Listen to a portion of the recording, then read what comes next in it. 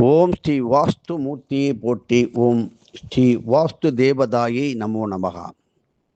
சப்த மாதாக்கள் என்னும் 7 தேவதைகள் கொண்டாடும் வாஸ்து பூஜை சப்தமி திதியிலே சில காலங்களிலே வாஸ்து நாள் என்று வரும். இல்லை என்றால் செவ்வாய்க்கிழமை சப்தமி, இல்லை என்றால் சப்தமி திதியில் வரும் செவ்வாய் வரை. இப்படிப்பட்ட நாளிலே வாஸ்து பூஜையானது சூரிய மூர்த்தியும் சப்த கன்னி மாதர்களும் இணைந்து வாஸ்து பூஜைகளை சூரிய பூஜை ஸ்தலங்களிலும் சப்த மங்கை ஸ்தலங்களிலும் நிகழ்த்துகின்றார்கள் என்பது பலருக்கும் தெரியாத ஒன்றாக போய்விட்டது. இந்த சப்தமங்கை என்பதையெல்லாம் ராஜகிரி ஐயம்பேட்டை அந்த பக்கம், தஞ்சாவூர் பக்கம் பாபநாசத்துக்கு அருகில் இருக்கிறது. மேலும் திருச்சி குளித்தலை அருகே உள்ள ஐயர்மலை சிவாலயம் இவ்வித வழிபாட்டுக்கு மிக மிக ஏற்ற சப்த மாதர்களின் சன்னதியை கொண்டதாகும் என்பதை தெரிந்து கொள்ள வேண்டும். செவ்வாய்க்கிழமை அன்று அமாவாசை சேர்ந்து வந்தால் இந்த நாளிலே வாஸ்துலோகங்களில் பித்ருமூர்த்திகள் வாஸ்து பூஜைகளை நிகழ்த்துகின்றார்கள். சூரிய நாராயண மூர்த்தியே பித்ருக்களின் அதிபதி என்பதை மறந்து விடாதீர்கள். ஆகையால் அமாவாசை கூடும் வாஸ்து நாளிலே சூரிய மண்டலத்தை சுற்றி உள்ள வாஸ்து சுகுண பிரம்ம பித்ருலோகத்தில் சிறப்பான முறையிலே பூஜைகள் நிகழ்த்தப்படும். தமிழகத்திலே ஸ்ரீமுஷ்ணம் விருத்தாச்சலம் அருகில் அந்த வராகமூர்த்தி ஸ்தலமானது இந்த பூஜைக்கு மிக மிக ஏற்ற மகா சக்திகள், சொல்ல முடியாத அளவுக்கு அதி அற்புத மகாமக சக்தி வாய்ந்த சப்த மாதா சன்னதியை கொண்ட பெருமாள் கோவில். 8 வாஸ்து நாட்களிலும் பூமீஸ்வரர், பூலோகநாதர், பூமி தேவி அருளும் ஸ்தலங்களில் வாஸ்து வேள்வி பூஜைகளுடன் 64 திசைகளை குறிக்கும் வகையில் 64 கலசங்களை வைத்து பூஜிக்கும் பெரும் உற்சவமாக கொண்டாடுவது சிறப்பானது. தினமும் செவ்வாய் கோரை நேரத்திலே வாஸ்து பூஜையை திரு அருணாச்சலத்தில் நிகழ்த்தி கொண்டு வருபவரே விஸ்வபாரி சித்தர் என்பதை எல்லோரும் தெரிந்து கொள்ள வேண்டும். விஸ்வமய பூஷ்சம் விஸ்வபாரி சித்பலம் என்ற இந்த சிறிய துதியை தினமும் செவ்வாய் கோரை நேரத்திலே வாஸ்து நாட்களிலும் ஜபித்து வருவது வீட்டிலே, கடையிலே, அலுவலகத்திலே, தொழிற்சாலைகளிலே வாஸ்து சக்திகளை அப்படியே போஷிக்கும், கொண்டாடும். அப்படி நல்வகைகளால் வீடு வாசல் உடனே பெறவும் உதவிடும். காலையில் எழுந்தவுடன் இரவில் படுக்க செல்லும் முன்னும் எப்போதும் நம்மை தாங்கும் பூமியை நோக்கி நேற்று சொன்னது போல விஸ்வநாத வாசுதேவ விஸ்வமூர்த்தி பாகிமாம், விஸ்வநாத வாசுதேவ விஸ்வமூர்த்தி பாகிமாம், வாசுதேவ விஸ்வநாத விஸ்வமூர்த்தி ரக்ஷமாம், வாசுதேவ விஸ்வநாத விஸ்வமூர்த்தி ரக்ஷமாம் என்று ஓதிவிட்டு வழிபட்டு வருவதால் பூமாதேவியின் அந்த பூமியை தாங்கும் அஷ்டதிக் பாலகர்களின் சுமையும் அப்படியே தணிந்து அவர்கள் ரிலாக்ஸ், ஆனந்தப்படுவார்கள். அதி அற்புதமான துதி வழிபாடு. இதில் கிடைக்கும் ஒரு பலன்கள் சொல்லி மாளாதது. ஸ்ரீ வாஸ்துமூர்த்தி பூவுலக ஜீவ நன்மைகளுக்காக தமிழ் வருஷத்திலே 8 நாட்கள், மொத்தம் 8 தினங்களில் இந்த யோக நித்திரையில் இருந்து மீண்டும் திருக்கண் விழித்து தரிசனம் அளித்து நமக்கு ரங்கநாதரின் விஸ்வரூப தரிசன பலன்களையும் சேர்த்து கொடுக்கின்றார் என்பதை தெரிந்து கொள்ள வேண்டும். இப்படி வாஸ்துக்களை பற்றி மிக மிக எளிமையாகவும் சிறப்பாகவும் நமது அகஸ்திய விஜயம் ஞானபத்திர கிரந்தத்தின் மூலமாக கொடுக்கப்பட்டதை எல்லோரும் நன்றாக தெரிந்து கொண்டு, குறிப்பாக வாஸ்து பார்க்கின்றவர்கள், மனை அடி சாஸ்திரம் பார்க்கின்றவர்கள், ஜோதிடர்கள் தான் அமரும் இடம், ஒவ்வொரு வீட்டிலும் எவை எவை எங்கு இருக்க வேண்டும் என்று தெரிந்து கொள்வதும், எல்லோருக்கும் அதை எடுத்து சொல்வதும், அதையே ஒரு பெரும் தொழிலாக கூட செய்யலாம். நல்லதை செய்து சம்பாதிப்பதில் தவறே இல்லை. இப்பொழுது காற்றையும் விற்க ஆரம்பித்து விட்டார்கள். உங்களுக்கெல்லாம் தெரியும், அடுப்புக்கு போடுற கேஸ் ஒரு பக்கம் இருக்கட்டும், இனிமேல் இங்கே பிராணவாயு கிடைக்கும், வாருங்கள் என்று சொல்வார்கள். அந்த நிலை வருகின்றது. இந்த நாட்டிலே முக்கியமாக பல இடங்களிலே நாம் வனமாக இருந்து மாதம் மும்மாறி என்ன அதற்கு அதிகமாக மழை பெய்து வளமாக இருந்த பூமியானது சூடு நிறைந்ததாக போனதற்கு காரணம் காடுகளை வெட்டி நாசமாக்கி சேதமாக்கி ஒரு பெரும் பாபமும், அவைகளிலே தங்கும் அந்த மரம் செடிகளிலே காடுகளிலே தங்கும் பிராணிகள் பறவைகள் தங்குவதற்கு இடமில்லாமல் விரட்டி அடித்து அந்த பறவைகளால் நமக்கு கிடைக்க வேண்டிய நல்ல காரியங்களும் நல்ல செய்திகளும் அற்று போய்விட்டன. மேலும் நமக்கு எல்லையாகவும் நமக்கு பாதுகாப்பாகவும் அரணாக இருந்த பெரும் கல்மலை என்று சொல்கின்றோம். அதில் எத்தனை விதமான குகைகள், எத்தனை சித்தர்கள் தவம் இருக்கின்றார்கள் என்பதை முதலில் தெரிந்து கொள்ள வேண்டும். அதை போய் உடைத்து வெடி வைத்து தகர்த்து செய்வதென்பது கொடிய பாவம். தலைமுறைகளை தூள் தூளாக ஆக்கிவிடும். காரணம், கேடு வரும் முன்பு மதி கெட்டு வரும் பின்பு என்று சொல்வார்கள். இப்பொழுது கேடு வரும் முன்பே மதி கெட்டு வரும் முன்பு என்று ஆகிவிட்டது. இப்படி இயற்கை வளங்களை அழிப்பதும், இப்படி இயற்கைக்கு மாறான செயல்கள் செய்வதும், உதாரணமாக நீங்களே நினைத்து பாருங்கள். முன்பெல்லாம் சம்பா சாகுபடி செய்து அதை அறுவடை செய்து அந்த நெல்லை எடுத்து வைத்து ஒரு வருடம் கழித்து உபயோகிப்பார்கள்.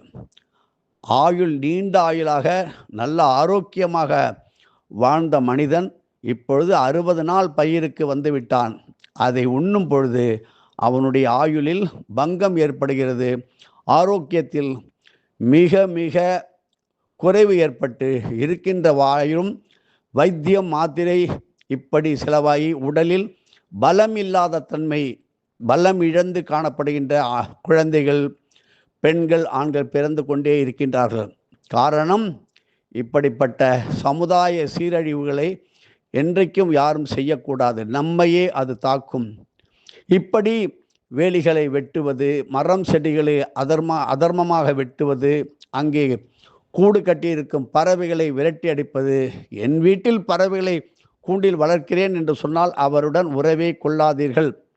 அதை பார்த்தவர்கள், நின்றவர்கள், சேர்ந்தவர்கள் அத்தனை பேரும் ஒரு நாள் சிறை சென்று தான் தீர வேண்டும், அவமானப்பட வேண்டும். உதாரணம், பத்ராச்சல ராமதாசர். அவர் சிறை சென்றதுக்கு அவ்வளவு தான தர்மங்கள் செய்தார், சிறையில் இருந்தார். காரணம், சிறு வயதிலே ஒரு காலத்திலே கொஞ்ச நாள் அவரது இல்லத்திலே ஒரு கூண்டில் குருவியை வளர்த்தார் என்பது ரகசியமாக யாரும் சொல்லப்படாத ஒன்று. அவர் செய்த நன்மையை மட்டும் சொல்லிவிட்டார்கள் பெரியவர்கள்.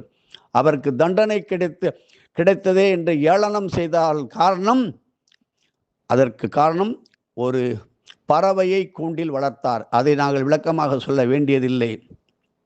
என்ன, நம்ம பாரதியார் பாடிய பறவைகள் எல்லாம் எப்படி இருக்குமோ அப்படி இருக்க வேண்டும். மனிதன் எப்படி இருக்க வேண்டுமோ அதை கற்றுக்கொள்ள தவறிவிட்டான். ஸ்ரீமுஷ்ணத்தினுடைய அந்த பூவராக பெருமாள் ஆலயத்திலே 24 தூண்கள் உள்ள அற்புதமான காயத்ரி மண்டபமானது இருக்கிறது. அது யாரும் சொல்லவில்லை, இப்பொழுது தெரிந்து கொள்ளுங்கள். இங்கே காயத்ரி மந்திரத்தை ஓதுவதும் வராக சக்திகளை அதிகப்படுத்தி கொள்ளுங்கள். மேலும் பூமியை அடிக்கடி தேவையில்லாமல் வெட்டுவதும் தோண்டுவதும் பெரும் ஆபத்தில் முடியும். சொல்லுவாங்களே, உனக்கு குழி நீயே தோண்டிக்கிறடா, நான் ஒன்றும் இல்லை. அப்படி ஆகிவிட்டது நிலைமை. காரணம் இல்லாமல், காரியம் இல்லாமல் எதையும் பூமாதேவியை புண்படுத்தாதீர்கள். ஆனால் நாம் குடியிருக்கின்றது இந்த பூமியில் தான் என்பதை நினைத்து கொள்ள வேண்டும். இதில் நினைவில் வைத்து கொண்டு நீங்கள் செய்தால் உங்களுக்கு நல்லதே நடக்கும். இப்படி வாஸ்துக்களை பற்றி சொல்லிக்கொண்டே போனால் அது பெரும் புராணம், பெரிய புராணம். அப்படி ஒன்றும் சொல்ல முடியும் குருவருளால். இப்படி தினமும் காலையிலே சூரிய உதயத்திற்கு முன்பு கண்ணாடி முன்னால் வைக்கப்பட்டிருக்கும் பழங்கள் மற்றும் சுபமங்கல பொருட்களை பார்த்த பின்பு கண்ணாடியை பார்ப்பது என்ற தெய்வீக பண்பாட்டை ஒரு விடியற்காலையில் நல்ல பூஜையாகவே ஏற்படுத்தி கொள்ளுங்கள். மேலும் கண்ணாடியில் முகத்தை பார்க்கும்போது நெற்றியிலே விபூதி பொட்டு, காதுகளிலே உள்ள தோடு, கடுக்கண்கள், கழுத்தில் உள்ள ருத்ராட்சம் இவற்றை பார்க்கும்போது ஒரு முக்கோண வடிவை பார்வை உங்களுக்கு தெரிய ஆரம்பித்துவிடும். இதற்கு பம்பூரண தரிசனம் என்று பெயர். எப்படி பம்பூரண சக்திகள் பெருகும்? ஒவ்வொரு பூர நட்சத்திரத்து அன்று கண்ணாடி முன் வாசனை பூக்கள், பழங்கள், கீரைகள் இவற்றை வைத்து பூஜிக்க வேண்டும்.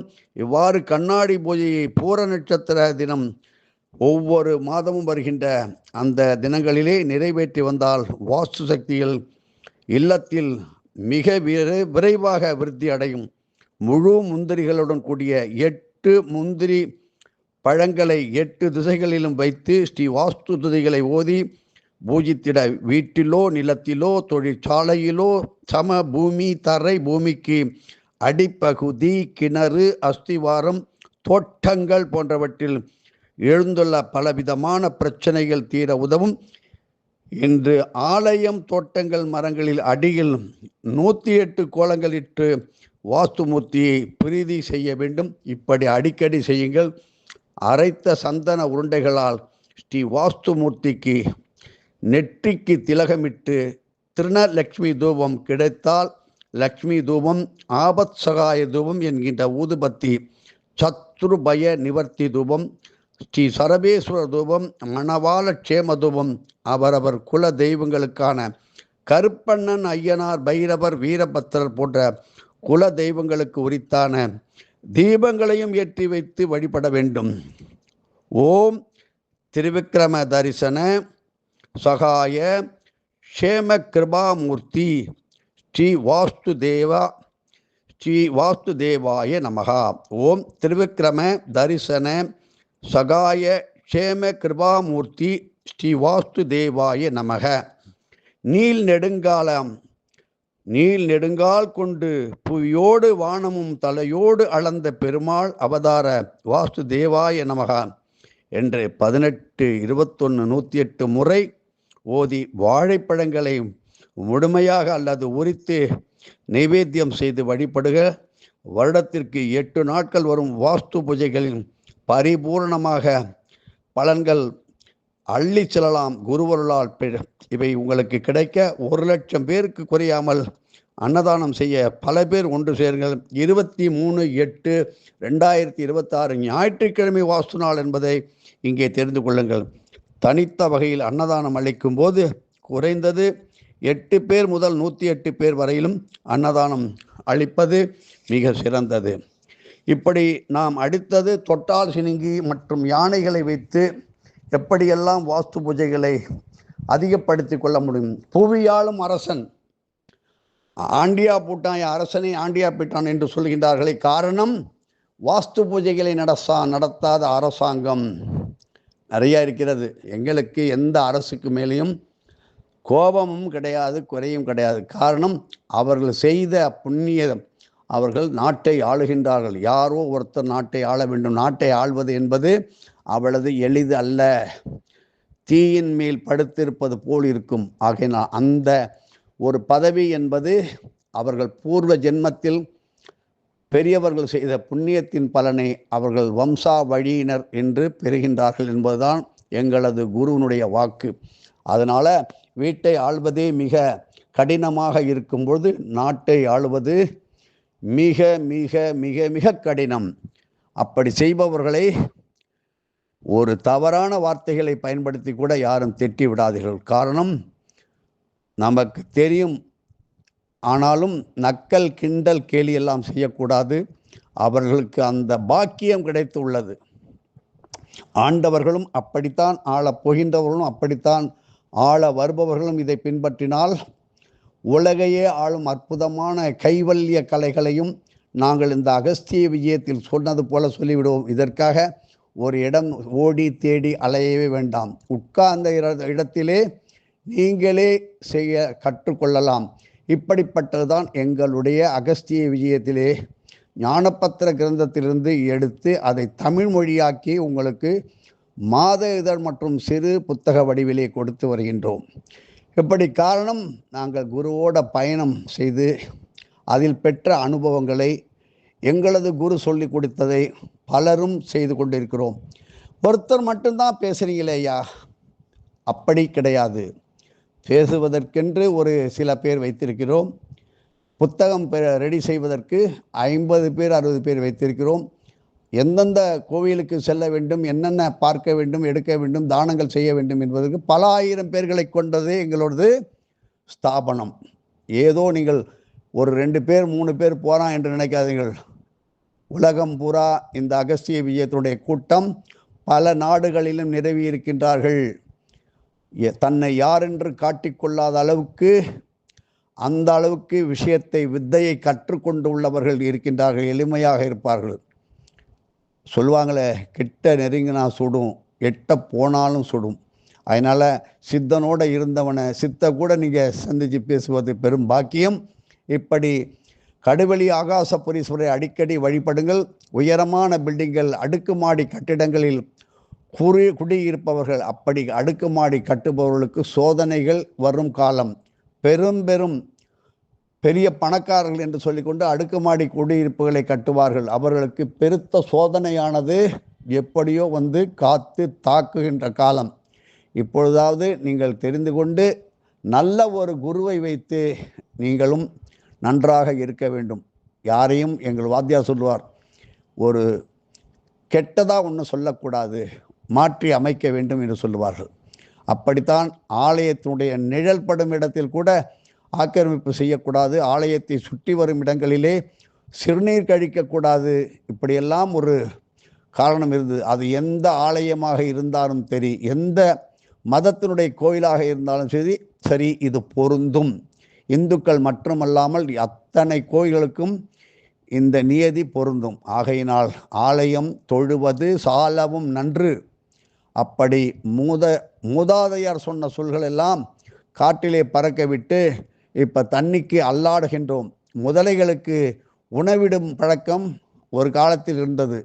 அதனால தான் அந்த காலத்திலே உதாரணமாக நாங்கள் உங்களுக்கு எளிமையாக சொல்ல வேண்டுமென்றால், தஞ்சாவூர் அரண்மனையை சுற்றி அகழி என்று இன்னும் இருக்கிறது. அதில் பாதுகாப்புக்காகவும் ராஜபோகத்தை நல்ல விதமாக நடத்துவதற்கும் முதலையை விட்டு வைத்திருந்தார்கள்.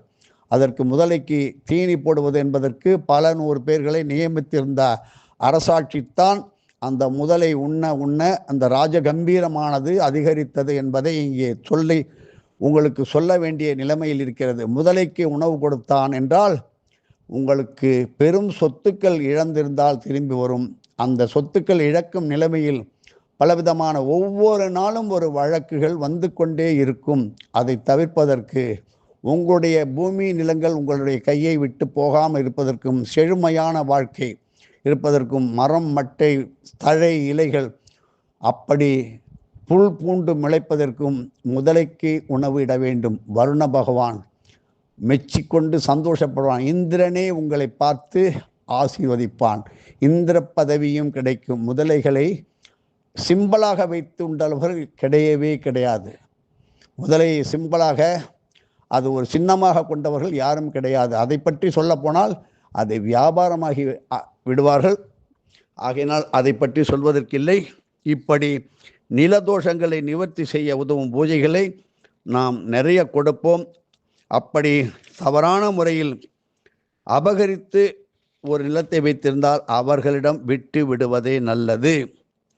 இப்படி பாதாளத்திலே இருக்கின்ற சுவாமிகளை, உதாரணமாக மலைக்கோட்டையில் பாதாள ஐயனார், அப்படி பாதாள ஈஸ்வரர் சித்தூர் அருகே காணிப்பாக்கத்தில் உள்ள பாதாள விநாயகர், இப்படியெல்லாம் சொல்லிக்கொண்டு நிறைய உங்களுக்கு தரும்.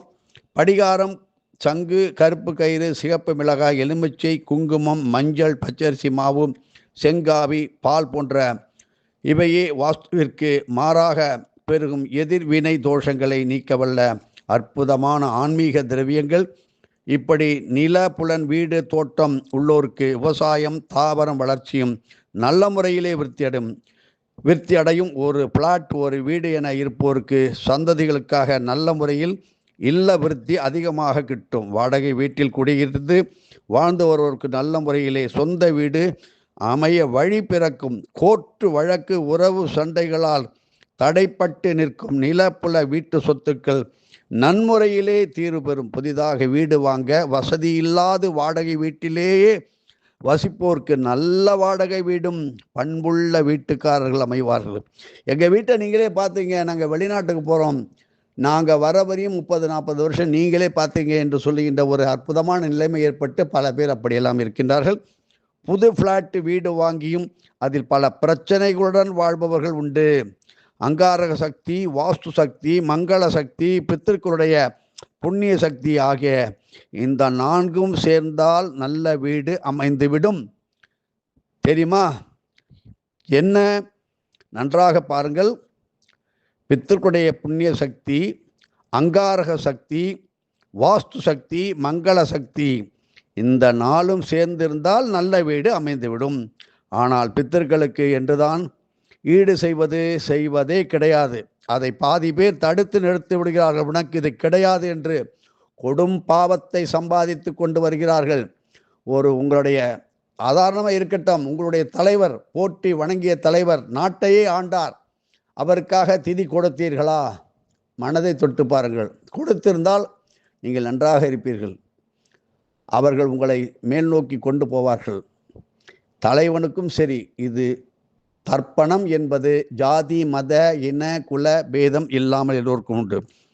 நெடுங்குடி, ராமேஸ்வரம், பூவாளூர், திருவிடைமுருதூர் போன்ற பித்திரு மோட்ச தலங்களில் செவ்வாய்க்கிழமை என்று பித்திரு தர்ப்பணம், பித்திரு ஹோமம் செய்து புடலங்காய், பிற்கங்காய், பிரண்டை ஆகிய பித்திரு சக்தி காய்கறி வகைகளை பசுக்களுக்கும் ஏழைகளுக்கும் அளித்து வர எப்பேற்பட்ட தோஷங்களாகும் இருந்தாலும் அவை நீங்கி அனைத்து சக்திகளும் ஒன்றாக சேர்ந்து திரண்டு வந்து அருள் புரியும். எப்பொழுதும் சயன நிலையில் இருக்கும் வாஸ்து பகவானுக்கு பிரீதி தரக்கூடிய அனைத்து வகை தானிய காப்பு என்று இதற்கு பெயர். வாஸ்து நாளிலே கடுவெளி ஸ்ரீ ஆகாசபுரீஸ்வரருக்கு வெண்ணெய் சந்தன காப்பு சார்த்தி துவரை, உளுந்து, கடலை பருப்பு, பாசிப்பருப்பு, பொட்டுக்கடலை, ராஜ்மா தானியம், பாதாம் பருப்பு, எள் என அனைத்து வகை பருப்புகளையும் தானியங்களையும் அதிலே அழகாக அலங்காரமாக பதித்து சகஸ்ரநாம அர்ச்சனை செய்வது மிக மிக சிறப்பு. தொடர்ந்து பார்ப்போம். வாஸ்து பகவானின் வாஸ்து பூஜையின் பலன்களும் முன்னேற்றமான வாழ்க்கைக்கு எங்கு போனாலும் ஒரு இடத்தில் இருக்க வேண்டும். அது அலுவலகமோ வீடோ வெளிநாடோ எங்கிருந்தாலும் அதுதான் வாஸ்து, அதுதான் பூமாதேவி. அதை பற்றி பார்ப்போம். எதுவும் என்னுடையதல்ல, அனைத்தும் உன்னுடையதே. அருளாளா, அருணாச்சலா.